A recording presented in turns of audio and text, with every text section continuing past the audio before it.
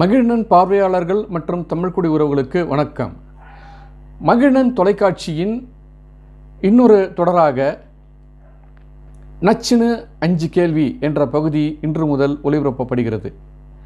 நம்முடைய கட்சியின் ஆரம்பகால தொண்டர்கள் மற்றும் வன்னியர் சங்ககால நண்பர்கள் மற்றும் அனைத்து கட்சியை சார்ந்த பேராளர்கள் அவர்களுடைய கருத்துக்களை பகிரும் வண்ணம் பொதுவெளியில் அவர்களுடைய எண்ணங்களை வெளிப்படுத்தும் வண்ணம் இந்த பகுதி தொடங்கப்பட்டுள்ளது. இந்த பகுதியினுடைய தொடக்க நிகழ்ச்சியாக நம்முடைய பாட்டாளி மக்கள் கட்சியினுடைய சென்னை மாநகராட்சி மன்ற முன்னாள் கொறடா மற்றும் கட்சியினுடைய ஆரம்பகால தொண்டர், கட்சியினுடைய சைதாப்பேட்டை பகுதியின் முன்னாள் பகுதி செயலாளர் மற்றும் வன்னியர் சங்கம் காலந்தொட்டு தன்னை போராளியாக அடையாளப்படுத்தி கொண்ட போராளி, தினபுரட்சி நாளிதழின் முன்னாள் நிருபர் என்று பல்வேறு முகங்களை தன்னோடு வைத்திருக்கும் முன்னாள் மாநகராட்சி மன்ற உறுப்பினர் திரு TS மூர்த்தி அவர்களை இன்று சந்திக்க இருக்கிறோம். அவரிடம் நாம் எடுத்து வைக்கும் கேள்விகள் ஒவ்வொன்றாக நாம் பார்ப்போம். முதல் கேள்வியாக, வருகின்ற நாடாளுமன்ற தேர்தலில் தாக்கம் தமிழகத்தில் எப்படி இருக்கும் என்பது நம்முடைய கேள்வி. அண்ணன், இந்த தேர்தல் என்பது இருமுனை போட்டி தான். தமிழகத்தில் என்றுமே மும்முனை போட்டி கிடையாது. ஒன்று திமுக, மற்றொன்று அதிமுக. இந்த இரண்டு கட்சிகளின் கூட்டணி தான் இந்த பாராளுமன்ற தேர்தலை எதிர்கொள்ளப் போகிறது. மூன்றாவது அணி என்று ஒன்று கிடையாது. கேள்வி எண் 2, இந்த தேர்தலில் பாஜக தமிழகத்தில் தாக்கத்தை ஏற்படுத்துமா? ஊடகத்துறை மத்தியில் ஆட்சியில் இருக்கும் கட்சியை திருப்திப்படுத்துவதற்காகவும் அண்ணாமலையை ஒரு பெரிய தலைவராக காட்ட வேண்டும் என்பதற்காகவும் தமிழகத்தில் பாஜக தலைமை மூன்றாவது அணி உருவாகியுள்ளது போன்று, அதுதான் ஒரு பெரிய தாக்கத்தை ஏற்படுவது போன்ற பிரமையை உருவாக்கி கொண்டிருக்கிறார்கள். அது எந்த அளவுக்கு சரி என்பது தேர்தல் முடிந்தவுடன் தெரிந்துவிடும். மேலும்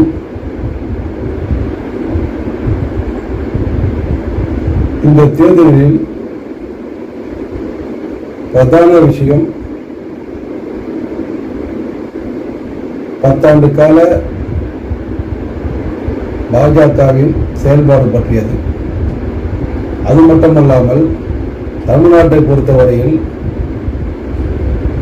3 ஆண்டு கால திமுக என்கிற கட்சியின் செயல்பாடுகள் குறித்தும் இந்த தேர்தல் ஒரு முடிவை சொல்லப் போகிறது. இந்த தேர்தலில் மத்திய அரசை தேர்ந்தெடுக்கக்கூடிய தேர்தலாக இருந்தாலும் மாநில அரசுக்கு இது ஒரு பல பரீட்சை தான். ஆகவே இந்த தேர்தலை பொறுத்தவரையில் திமுகவின் செயல்பாடுகள் பற்றிய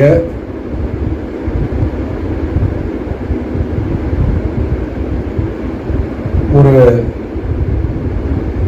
மக்களின்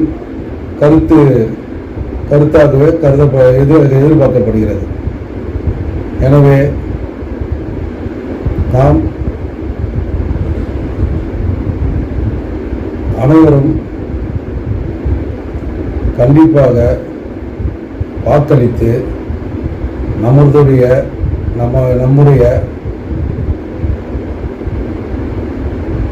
கடமையை சரிவர செய்ய வேண்டும். கேள்வி எண் 3, சென்னையில் உங்கள் கட்சியினுடைய வளர்ச்சி எப்படி இருக்கிறது? பாட்டாளி மக்கள் கட்சியானது தமிழகம் முழுக்க மிக வேகமாக வளர்ந்து கொண்டிருக்கின்ற ஒரு கட்சி. அப்படிப்பட்ட அந்த கட்சி சென்னையில் வளர்கிறதா என்று கேட்பதே ஒரு தேவையில்லாத கேள்வி. மக்கள் மத்தியில் பாட்டாளி மக்கள் கட்சிக்கு நல்ல பெயர் வந்துவிடக் கூடாது என்பதற்காக இன்றைய ஊடகங்கள் பாட்டாளி மக்கள் கட்சியின் செயல்பாடுகளை மறைக்கின்றன. பாட்டாளி மக்கள் கட்சியின் செயல்பாடுகளை சென்னையில் மக்களிடையே பிரபலப்படுத்தக்கூடிய அளவில் நிர்வாகிகள் இல்லை என்பது உண்மைதான். ஏனென்றால் கேள்வி எண் 4. பொதுவாக சென்னையில் கட்சியினுடைய மூத்த தலைவர்கள் தற்போது செயல்பாடு எப்படி இருக்கிறது? நான் பொதுவாக கேட்கிறேன். சென்னையில் பாட்டாளி மக்கள் கட்சிக்கு மட்டுமல்ல, இங்கு இருக்கக்கூடிய அனைத்து கட்சிகளுக்கும் நிர்வாகிகள் கிடையாதுதான். பெரிய கட்சியாக சொல்லக்கூடிய திமுக, அதிமுக போன்ற கட்சிகளுக்கு கூட சரியான நிர்வாகிகள் கிடையாது. அவர்கள் போடும் பொதுக்கூட்டத்தில் கூட காசு கொடுத்து தான் மக்களை அழைத்து வரக்கூடிய நிலைமை உள்ளது. அதனால் பாட்டாளி மக்கள் கட்சி நிர்வாகிகளை நிர்வாக ரீதியாக, அமைப்பு ரீதியாக பலப்படுத்தினால் சென்னையிலும் பாட்டாளி மக்கள் கட்சிய செயல்பாடு மெருகேறும் என்பது என்னுடைய கருத்து. 5வது கேள்வி, தேர்தல் கூட்டணி யாரோடு இருக்கும்? பாட்டாளி மக்கள் கட்சி மட்டுமல்லாமல் அனைத்து கட்சியுமே தேர்தலில் நண்பர்களே, நாளை வேறொரு பிரபலத்தோடு மீண்டும் சந்திப்போம். அதுவரை உங்களிடமிருந்து விடைபெறுவது மகிழ்நன் டிவிக்காக நந்தகுமார். வணக்கம்.